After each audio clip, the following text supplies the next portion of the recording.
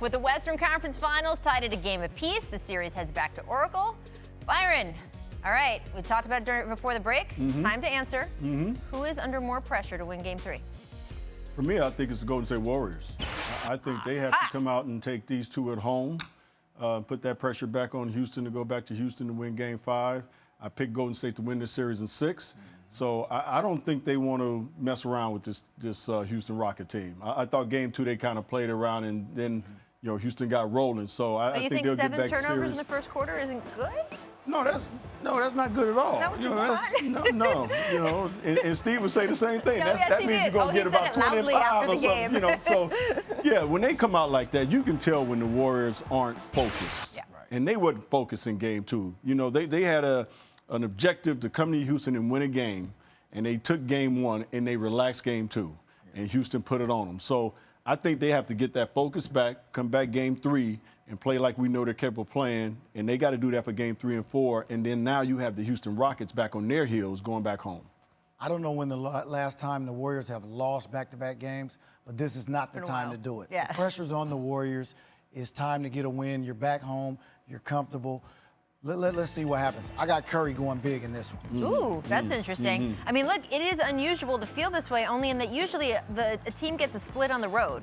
You feel like they're in the driver's seat of the series. But I do agree with both of you guys. I kind of feel like the Warriors, after the way that last game went, they kind of get their mojo back. We've talked so much about Curry these last couple of days, Jed, about just sort of how they are going at him. They are trying to wear him out when he's playing defense so that he is not as sharp on offense.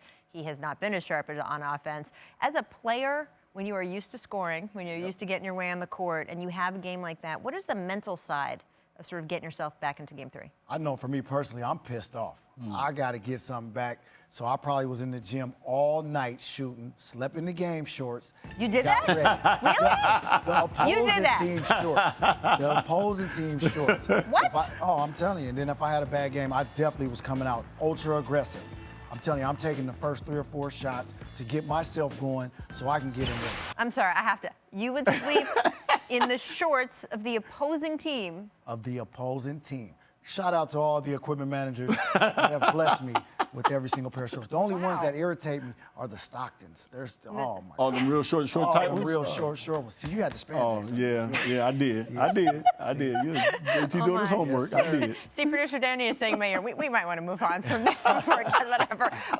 Byron, both as a player and a coach, sort of when you've been in that position and you've been in it both ways, how do you turn something where you've got a player in Curry who's obviously, arguably the best shooter of all time. Yeah. You need to get him going for that next game. Well, I think just like they did when he got hurt and he missed those games, those 20 games during the regular season, came back, the first play that they ran for him was coming off that little, pin down. He shoots a 3, just to get him right back into it.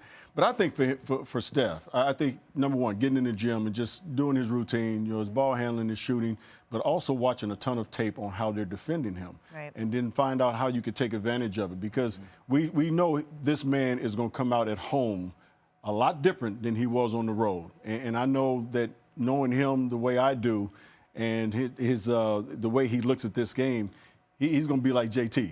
He's going to come out like a bat out of hell. Right. He's going to be ready from the start.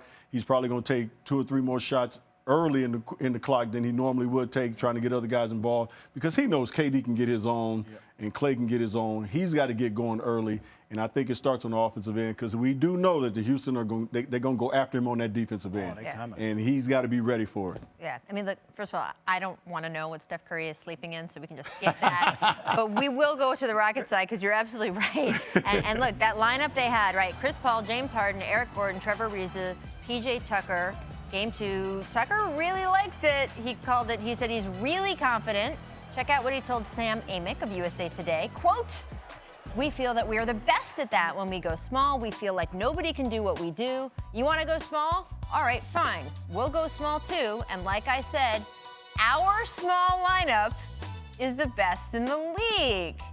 So, look, they did outscore the Hamptons 5 by 7 points in Game 2. Is he right? Let me tell you something.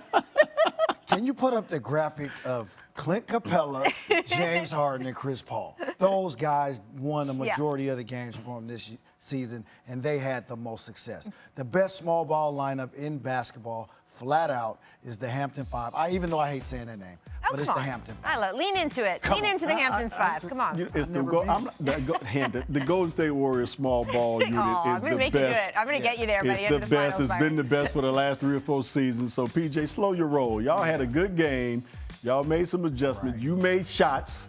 You know, and if you remember that last clip that we saw, they moved the ball in that clip much better than they did any time in Game 1. Yep. 45 isolations in Game 1. You're not going to beat Golden State by just trying to ISO them. They're too good defensively.